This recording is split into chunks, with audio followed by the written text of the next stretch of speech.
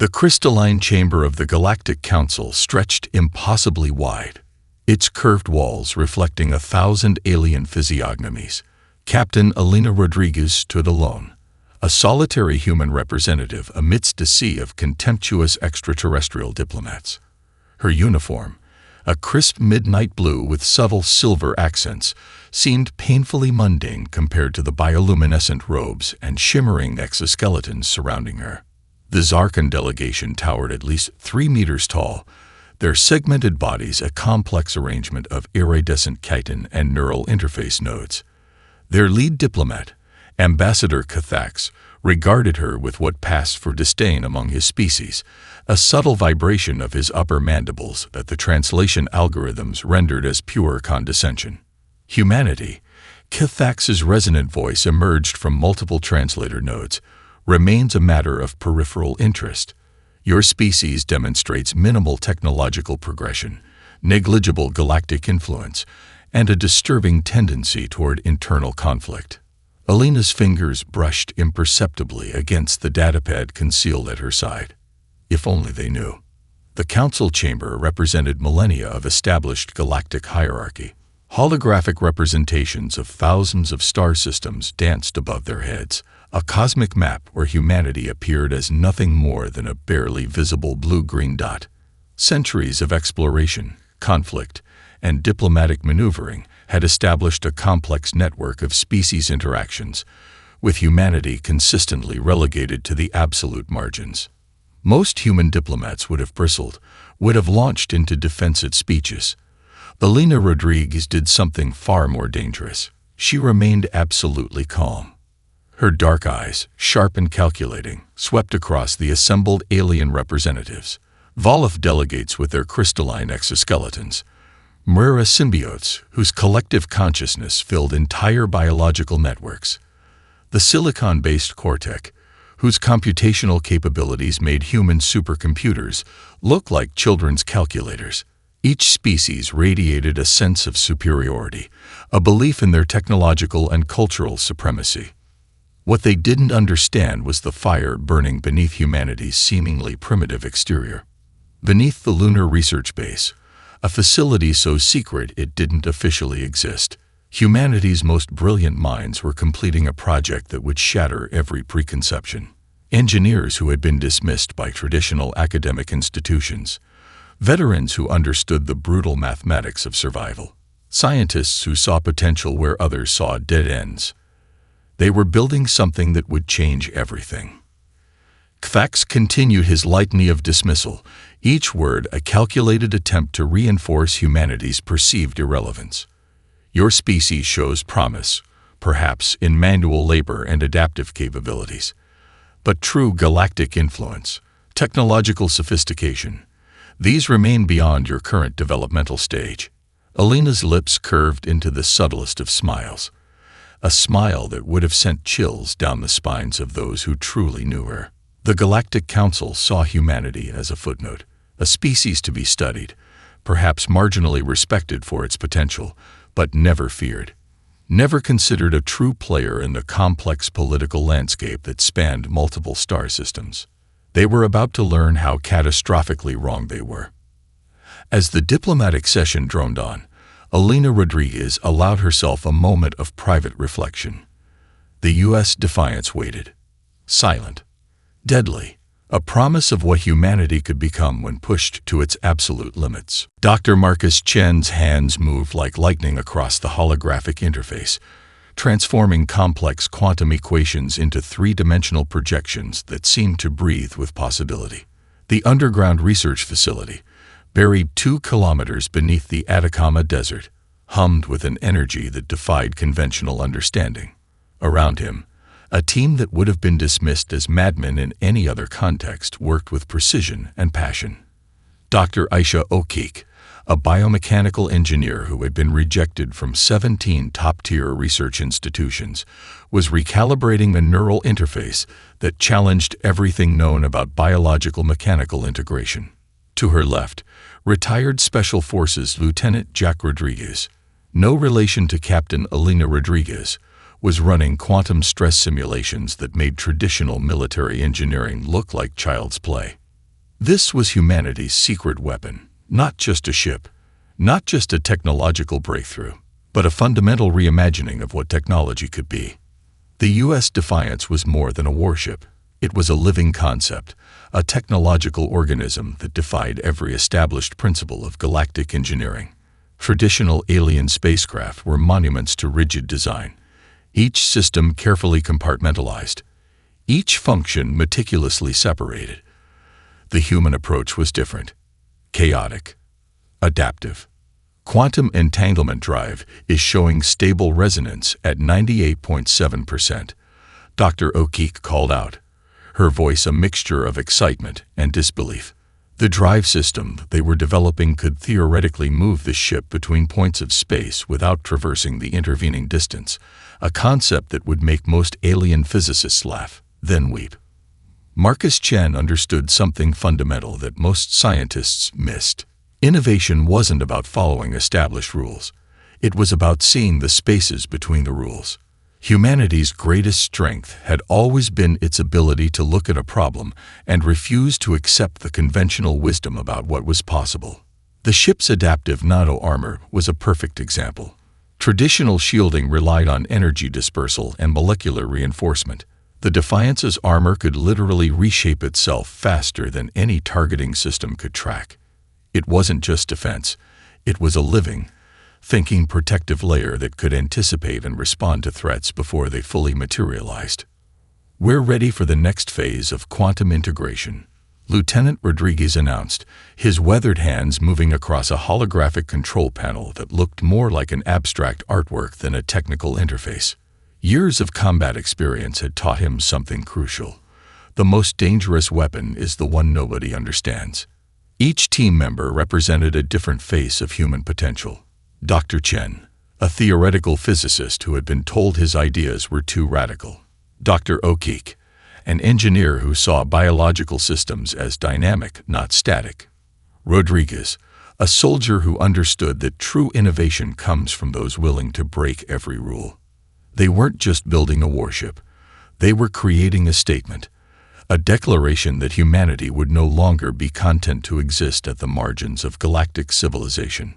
The holographic display flickered, revealing the U.S. Defiance's design. It wasn't sleek like alien vessels. It wasn't symmetrical. It looked almost organic, as if the ship itself was a living, breathing entity waiting to be unleashed. Systems integration at 76%, Dr. Chen muttered, more to himself than to anyone else. We're close, so close to changing everything. Outside the facility, the desert stretched endlessly, silent, unaware that within its depths, humanity was preparing to rewrite the rules of existence. The New Horizon colony looked peaceful from orbit, a delicate web of biodomes and terraforming infrastructure nestled against the rust-colored landscape of Proxima B. Administrator Sarah Okoye knew better. Peace was nothing more than a thin veneer stretched over generations of suppressed tension.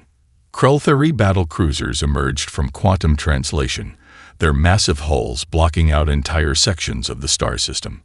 Razor-sharp energy signatures cut through local space like surgical blades, a display of military might that had broken 100 colonial resistance movements across the galaxy. Sarah's fingers moved across her communication console with practiced efficiency. The colony's defensive systems were minimal, deliberately so.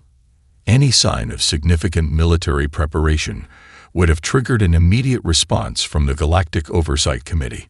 Humanity had learned to be subtle, to appear vulnerable while hiding its true capabilities. Incoming transmission, her AI assistant announced, its voice deliberately modulated to sound calm.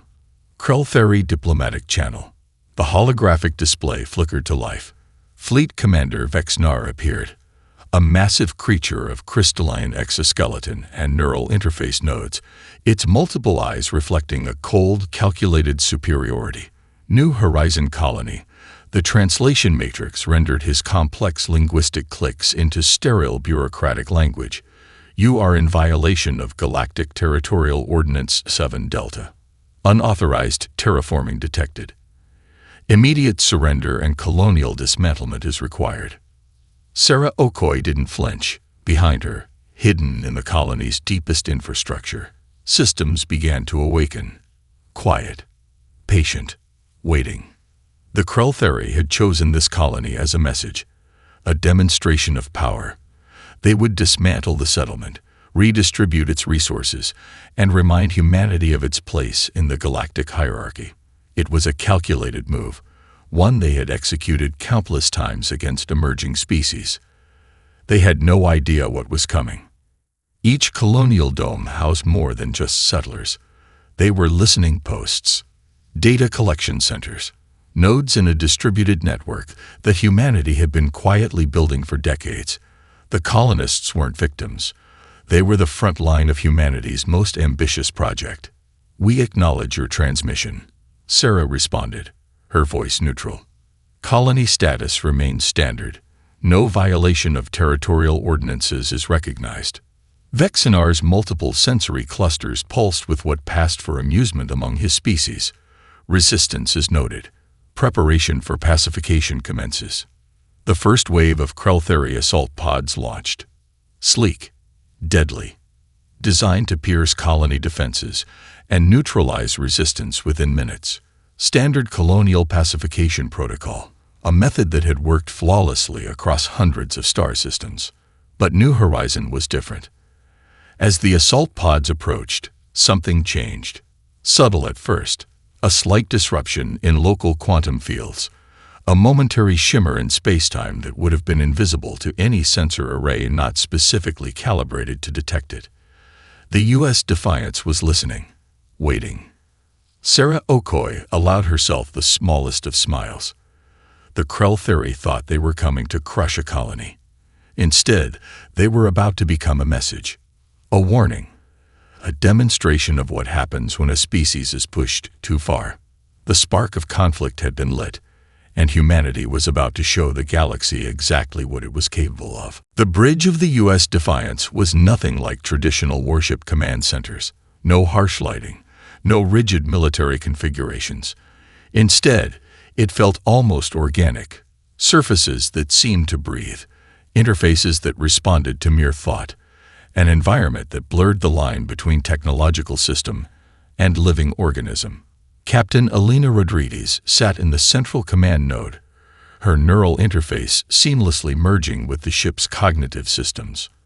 Around her, the crew moved with a synchronicity that defied traditional military training. They weren't just operating a vessel, they were becoming one with it. Quantum translation sequence initiated. Lieutenant Marcus Reyes called out, his voice calm despite the magnitude of what was about to happen. The Krell fleet hung before them, a massive arrowhead of destructive potential, each vessel a testament to millennia of military engineering. They had no idea. The Defiance's approach defied every known principle of space combat. No traditional drive signature, no predictable approach vector.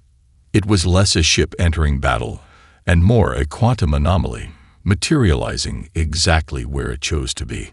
Fleet Commander Vexinar's primary tactical screen flickered with confusion. Sensor arrays, the most advanced in the known galaxy, struggled to even recognize the Defiance as a coherent object. Was it a ship? An energy signature? A momentary quantum fluctuation? Target identified. Elena's voice was clinical, almost dispassionate. Initiating first contact protocol. First contact meant something entirely different for the U.S. Defiance. The ship didn't fire conventional weapons. It didn't launch missiles or energy beams. Instead, it did something far more terrifying. The Defiance became a quantum scalpel, dissecting the very fabric of spacetime around the Krell fleet. Quantum entanglement weapons targeted the fundamental structural integrity of each enemy vessel. Not destruction in the traditional sense, but a complete, instantaneous deconstruction that occurred faster than light could transmit information about the attack. 7 minutes. That was all it took. Where a moment before a massive battle fleet had existed, now only an expanding cloud of subatomic particles remained. No weapons fired. No traditional attack sequence engaged. Just pure, calculated dissolution of technological complexity. Lieutenant Reyes checked the tactical display, a hint of disbelief crossing his face. Targets neutralized. Zero collateral damage outside primary fleet configuration. The neural link allowed Alina to feel the ship's satisfaction wasn't the right word. Completion, perhaps. The Defiance had done exactly what it was designed to do, not just destroy, but demonstrate. A message. Humanity was no longer asking for a place at the galactic table. They were preparing to build their own. Quantum slip initiated. Another crew member announced. Returning to staging coordinates. Just as quickly as it had appeared, the U.S. Defiance vanished, leaving behind nothing but a momentary disruption in spacetime and the rapidly expanding debris of what had once been the most feared battle fleet in the Krell-Theory arsenal. In the vast darkness of space, something fundamental had changed, and nothing would ever be the same again. The Galactic Communication Network was a marvel of technological integration, a quantum-entangled information system that spanned thousands of light years, allowing instantaneous communication between civilizations. It had never known true panic. Until now. The first reports came in as quantum data fragments, impossible signals that seemed to defy the very laws of information transmission. A complete Krell-Theory battle fleet. Obliterated. Erased. Not destroyed in the traditional sense, but fundamentally unmade at the quantum level. On the central governance hub of Centauri Prime, the Galactic Coordination Council erupted into chaos. Holographic displays flickered with raw data, each projection more unbelievable than the last. Species representatives who had spent millennia cultivating a veneer of diplomatic calm now showed pure, unadulterated terror. Ambassador Cathax of the Zarkon delegation stood frozen, his complex neural interfaces struggling to process the incoming information. The Krell-Theory fleet had been more than a military asset. It was a symbol of galactic stability, a deterrent that had maintained order for centuries, and it had been erased in 7 minutes by a species they had dismissed as barely relevant. Verification protocols initiated, a synthetic voice announced, cutting through the pandemonium. But even the most advanced verification systems could not deny the evidence. Quantum signatures, sensor logs, debris analysis. Each piece of data told the same impossible story. Humanity had done the unthinkable. The communication networks began to fragment. Some channels went completely dark, a response born of pure terror. Other networks overloaded with speculation, with fear, with the kind of raw panic that occurs when fundamental assumptions about the universe are shattered. Dr. Lyric Sen, the Volith chief scientific advisor, reviewed the data with hands that trembled almost imperceptibly. The destruction wasn't just complete, it was surgical, precise, a level of technological control that suggested something far more terrifying than simple military superiority. This wasn't just a weapon. It was a statement. Across thousands of star systems, emergency sessions were called. Diplomatic channels that had been stable for centuries now buzzed with frantic energy. The question that echoed through every council chamber, every research facility, every strategic planning room was the same. Who are the humans, really? The Krell-Theory communication logs were particularly revealing. Fragments of final transmissions painted a picture of absolute confusion. Military-grade quantum encryption couldn't hide the raw terror in the alien commanders' voices. They had been so certain of their superiority, so convinced of humanity's insignificance. And then nothing. On Earth, in the hidden facilities beneath the Atacama Desert and the lunar research bases, the teams responsible for the U.S. Defiance watched the galactic reaction with a calm that was itself terrifying. They weren't celebrating. They weren't gloating. They were simply waiting. The message had been sent. The galaxy was listening. Humanity had just introduced itself to the universe, and the universe was learning to be afraid. In the vast quantum networks that connected civilizations, a new variable had been introduced. Unpredictable, dangerous, utterly unprecedented. The age of human isolation was over. The Emergency Diplomatic Summit was unlike anything the Galactic Council had ever witnessed. The massive crystalline chamber that had once been a symbol of alien superiority now felt like a pressure cooker of raw tension. Captain Elena Rodriguez sat alone at the human delegation table, a solitary figure surrounded by a cacophony of alien representatives. Her uniform was immaculate, her posture perfect. She wasn't here to apologize. She was here to redefine the rules. Ambassador Cathax of the Zarkon delegation was the first to break the silence. "Explain," he demanded, his translator rendering the word as both a command and a barely contained threat. Tendrils of bioluminescent communication nodes pulsed around his exoskeletal form, a visual representation of the diplomatic fury that threatened to burst forth. Elena's response was measured, calm, almost clinical. "The Krultheri launched an unprovoked attack on a human colonial settlement," she stated. "No emotion, no defensiveness, simply a presentation of facts." The response was proportional to the threat level. Proportional was not the word any of them expected. The Mrira Collective, a species of symbiotic consciousness that typically communicated through complex neural networks, seemed to ripple with confusion. Their representative, a being that was simultaneously multiple and singular, struggled to process the human approach. "Proportional," echoed Ambassador Xen of the Volith Scientific Council. "You destroyed an entire battle fleet in less than 10 minutes, with a single vessel, using technologies that defy our current understanding of quantum mechanics." Elena Rodriguez didn't smile, didn't react. She simply waited. The diplomatic chamber was a masterpiece of alien engineering, designed to intimidate, to showcase the collective power of galactic civilizations. Today, it felt small, insignificant. "We are prepared to provide a full technical explanation," Elena continued, "of the defensive capabilities demonstrated, specifically as they relate to the protection of human colonial interests." It wasn't an offer. It wasn't a negotiation. It was a declaration. Behind her, projected holographics began to display carefully selected technical data. Not everything. Just enough to demonstrate that humanity understood precisely what it had done.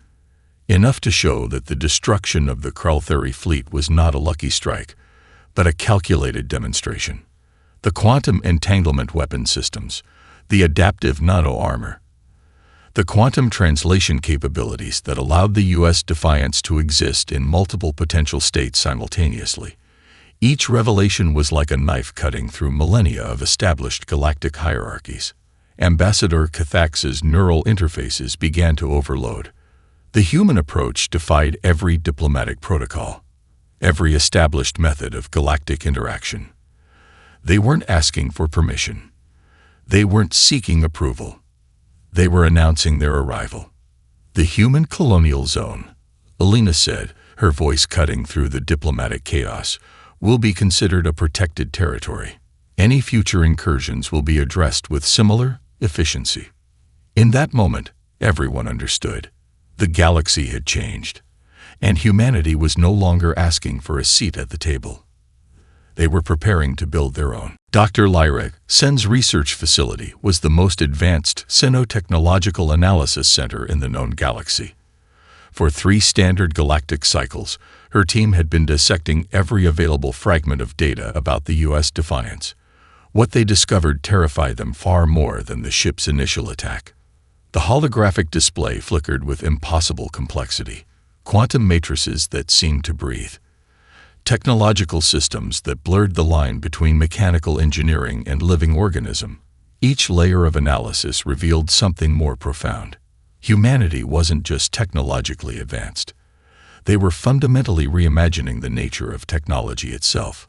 "Look here," Dr. Xen called to her primary research assistant, a silicon-based analyst named Krell. The hologram zoomed into a microscopic section of the ship's adaptive nano-armor. What should have been a simple protective layer was instead a complex, self-evolving system that seemed to learn and adapt in real time. Traditional alien technologies were static, predictable, designed with specific parameters and limited adaptability. The U.S. Defiance's systems were different, alive, organic in a way that transcended biological definition. The quantum entanglement drive was particularly mind-breaking.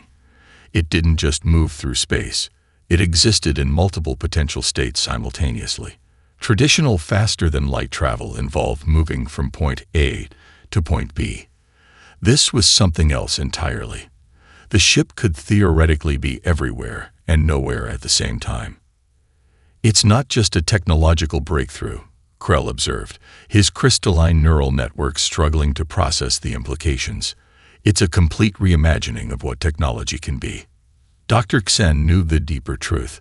This wasn't just about a single ship. This was a glimpse into humanity's fundamental approach to innovation.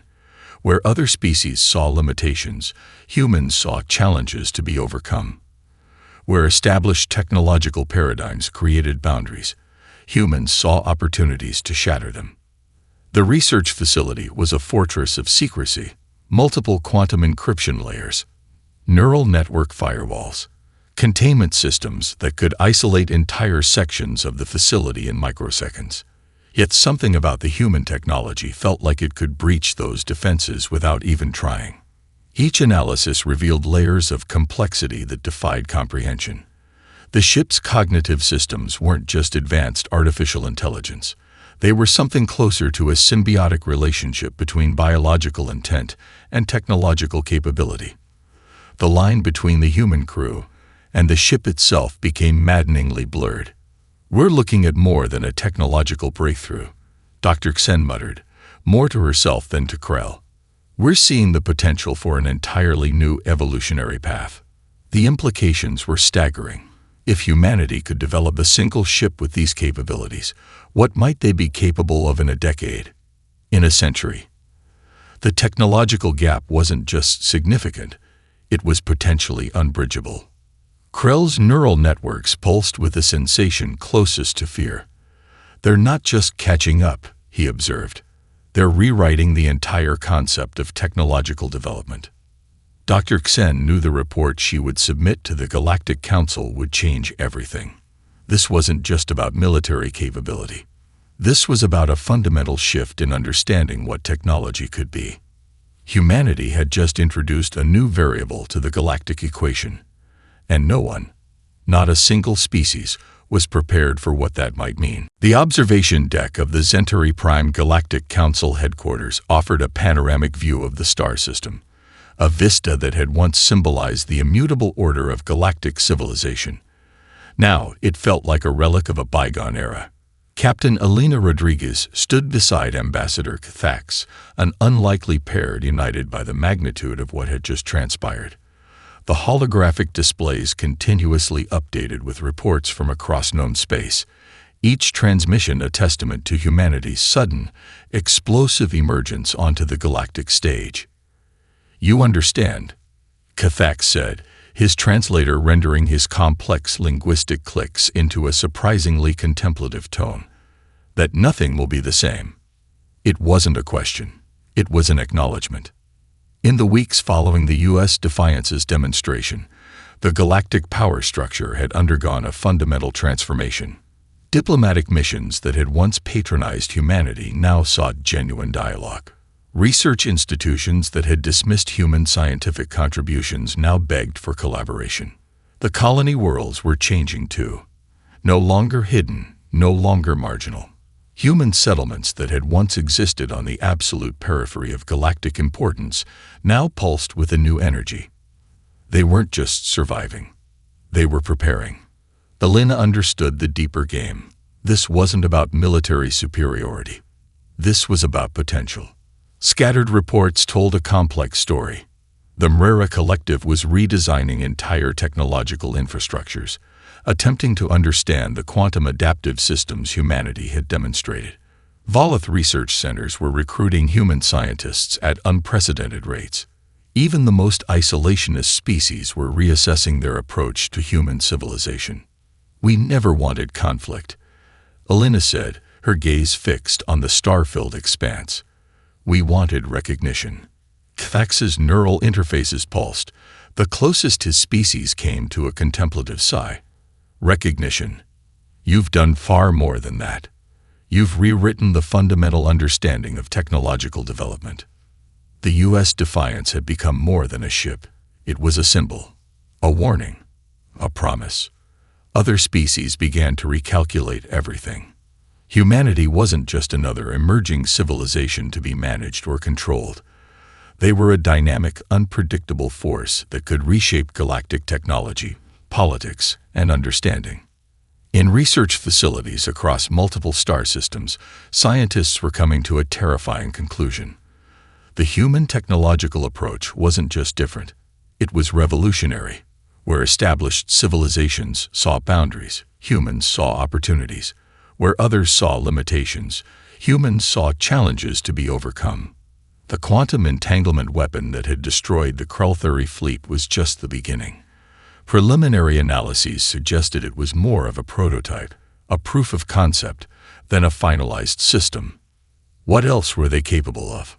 Back on Earth, in facilities buried beneath deserts and lunar landscapes, teams were already working, always pushing, always reimagining what was possible. "We're not interested in conquering," Alina said quietly. "We're interested in exploring, in understanding, in pushing beyond what anyone believes is possible." Cathax's response was unexpected. "That," he said, "is what truly terrifies us." As the holographic displays continued to update, one thing became crystal clear. The galaxy had changed. Humanity had arrived. And nothing would ever be the same again.